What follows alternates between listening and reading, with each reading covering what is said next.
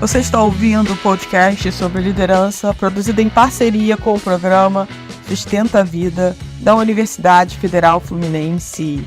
Fala, líder! Eu sou Fernanda Gonçalves, administradora, pós-graduada em Recursos Humanos, treinadora comportamental pelo IFT, e no episódio de hoje falaremos sobre equidade salarial.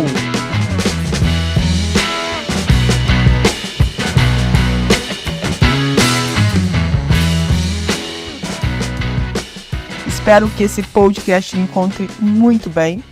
Já quero pedir para você nos enviar uma mensagem para o DDD 22 99 222 1003. Manda sua mensagem através do WhatsApp, vai ser uma honra poder te responder. Vamos falar sobre equidade salarial.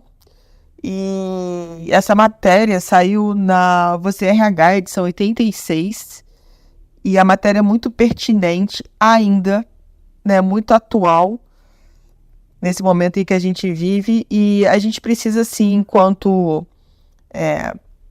gestora de qualquer área, em qualquer empresa, olhar para essa questão da equidade. E o RH tem uma responsabilidade, né, de buscar essas informações, esses dados e levar para a diretoria, para que eles sejam vistos, né, de um outro viés aí, e se for de interesse da diretoria, né, trazer essa equidade salarial. Isso é muito interessante e faz muito sentido, principalmente no momento em que a gente vive, né? Apesar de nos últimos 15 anos o mundo ter dado sinais de maior preocupação com a desigualdade de salários entre homens e mulheres, nenhum país conseguiu resolvê-lo por completo, sabe? É o que aponta aqui uma pesquisa, né, que foi elaborada pelo Fórum Econômico Mundial, isso em 2022. No ranking de 146 nações, as que estão mais próximas dessa sonhada paridade são a Islândia, a Finlândia e a Noruega. O Brasil ainda está bem longe. Assim como esse relatório, há outros estudos que confirmam quanto o mundo está distante de alcançar essa equidade de remuneração entre homens e mulheres. Em um documento publicado em março, a Organização Internacional do Trabalho destaca que a situação do mercado é pior do que se pensava. Isso porque os critérios usados para definir desemprego tendem a excluir, por exemplo, aquelas que não estão disponíveis para aceitar um posto de trabalho de última hora em razão das suas responsabilidades com a família. A gente sabe, né, que enquanto nós mulheres estamos à procura de um trabalho, enfim, a gente não pode de uma hora para outra, né, dependendo do horário, das condições, dessa nova proposta de trabalho, aceitar da noite para o dia e ter que mudar toda uma estrutura dentro de casa. Muitas vezes a mulher não tem pessoas que possam apoiá-la nessa mudança e ajudar no início, então a nossa tendência é declinar. Usando um novo indicador que engloba todas as pessoas sem emprego interessadas em conseguir a Organização Internacional do Trabalho mostra que as mulheres, além da maior dificuldade de acessá-lo, 15% ante 10,5% dos homens, precisam encarar salários bem menores. Para cada dólar que eles ganham, elas recebem 51 centavos. No Brasil, é claro, as diferenças são gritantes. Um levantamento do Departamento Intersindical de Estatística e Estudos Socioeconômicos, o DIESE, com base na PNAD contínua, aponta que as mulheres recebem 21% menos que os homens em média. Gente, 21% que os homens em média. É uma diferença aí gritante. E que a remuneração mais baixa acontece, inclusive, nos setores que elas são maioria. Por exemplo, na área de educação, saúde e serviço. Elas ganham 32% menos. É comum, aliás, que elas ocupem profissões que pagam menos nesses campos.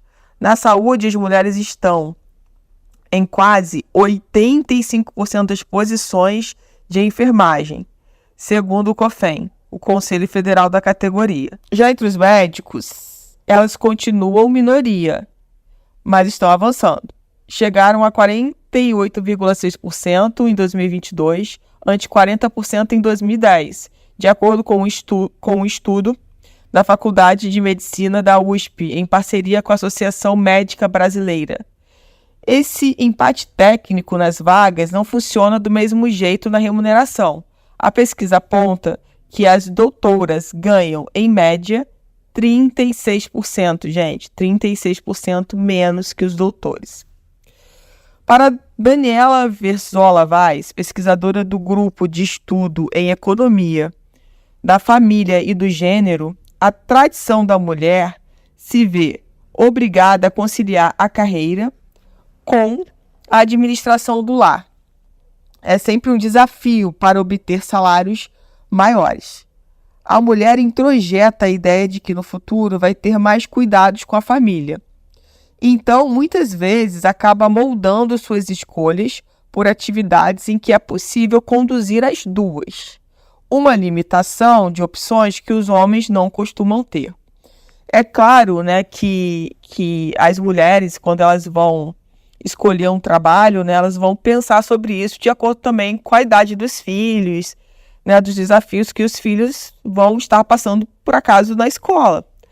Então, isso também, né, traz essa questão de: será que esse trabalho vai me ajudar, né, a estar mais próximo da família, é flexível? Então, a gente vai ver aqui, até na matéria que fala, né, a gente precisa ver equidade salarial? Sim, é fundamental. Mas as empresas também precisam olhar para o que elas podem flexibilizar para as mulheres. E muitas vezes, a gente sabe, né, isso acontece nas empresas, a falta desse olhar mais flexível. Inclusive, eu diria que a empresa precisa ter esse olhar flexível. E aí, claro, os RHs, os gestores, os CEOs, mas a mulher também precisa ir para esse lugar de querer ter a flexibilidade, de saber que a empresa pode flexibilizar de alguma forma, porque pode, inclusive, ser uma flexibilização momentânea. Vamos imaginar aqui uma situação em que uma mulher, né, está voltando da sua licença maternidade e ela tenha vários desafios com o recém-nascido, que ela não esperava ter, que está acontecendo. De repente é o primeiro filho, pode até ser o segundo. A gente sabe que cada gestação é uma gestação diferente, então não adianta querer comparar.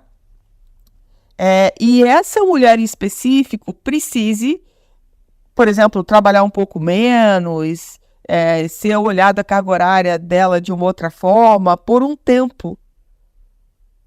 E muitas vezes essa mulher já vai para a sua liderança pedindo as contas, sabe? Dizendo que ela não consegue conciliar, que é impossível. E ela não vai para o lugar de: será que a gente pode negociar isso? Já que é algo, né, que é momentâneo na minha vida. Então, a gente já tem muitas vezes, né, aquele conceito de que, não, vai ser muito difícil, a empresa não vai fazer isso.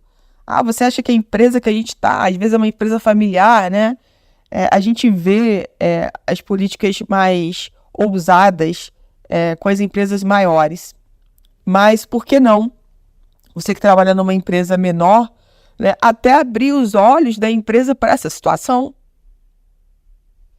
Então, gente, eu acho, e isso me lembra, inclusive, um trecho da Natália Arcuri, do livro dela, que agora eu não me lembro o nome, eu acho que é Me Poupe, o nome do livro, não tenho certeza, eu sei que esse é o nome do canal dela no YouTube.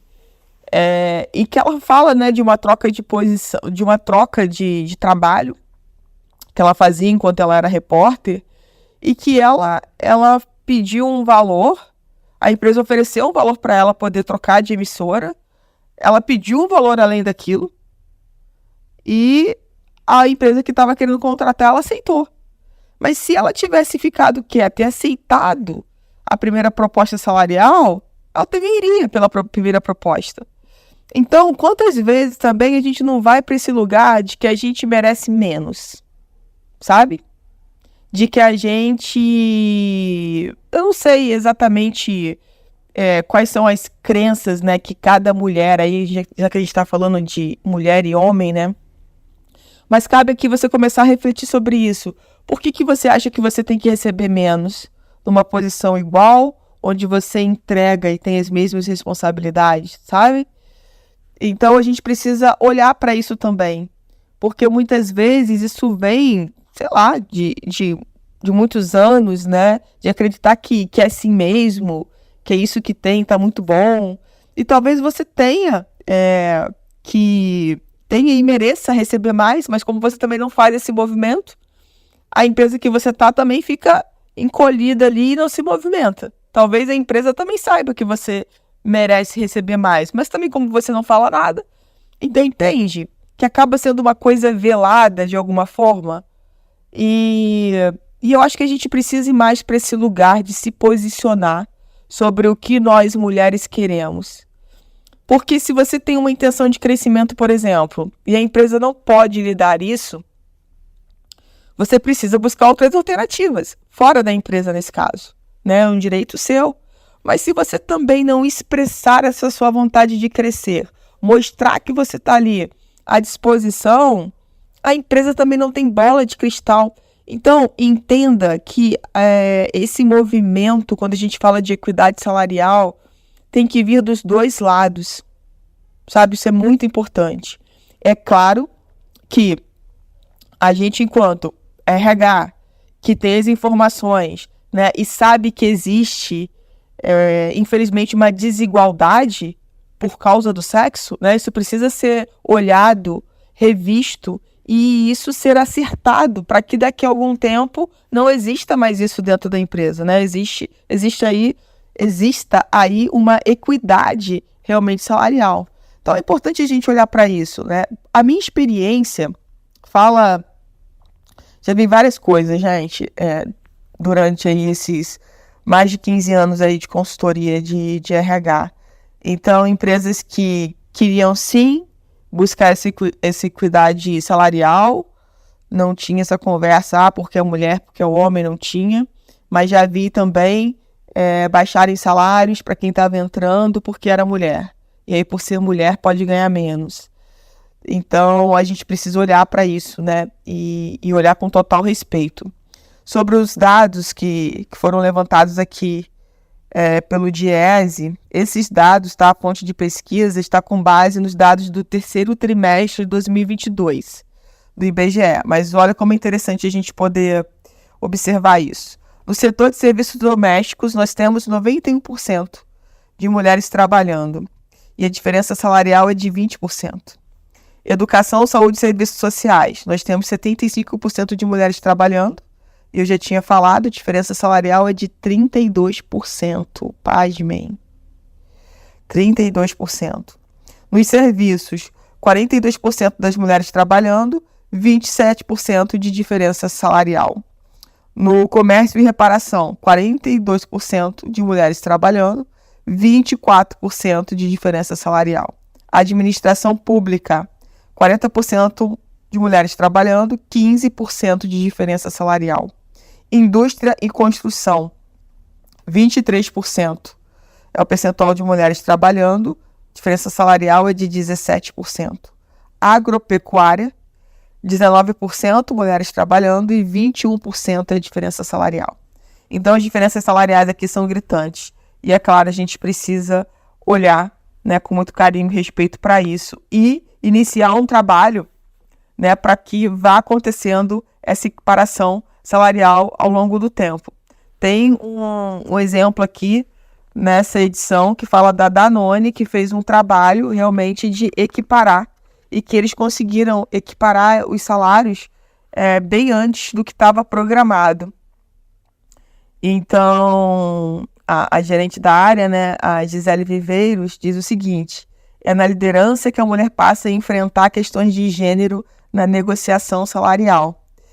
Então, você que é mulher, que tem um cargo de liderança ou deseja ter, já fica de olho nessa questão. E para que você possa, né, negociar, saber negociar, gente, isso é muito importante.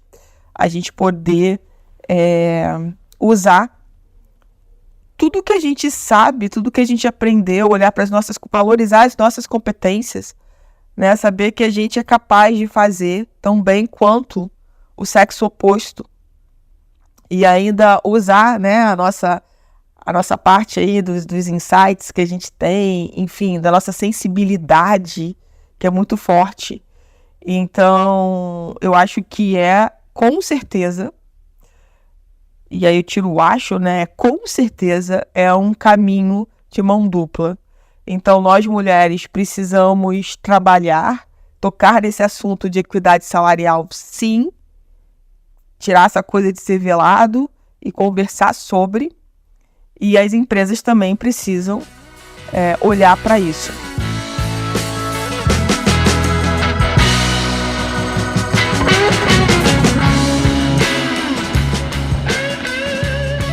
Você ouviu mais um episódio do podcast sobre equidade salarial do Programa de Extensão Sustenta a Vida da Universidade Federal Fluminense. Caso deseje enviar alguma mensagem para o nosso WhatsApp, DDD 22 992221003. Escreva na mensagem o nome do especialista desejado. Para mais informações sobre os nossos projetos, acesse fernandagonçalves.com, sustenta-vida.com, nosso-ed.com.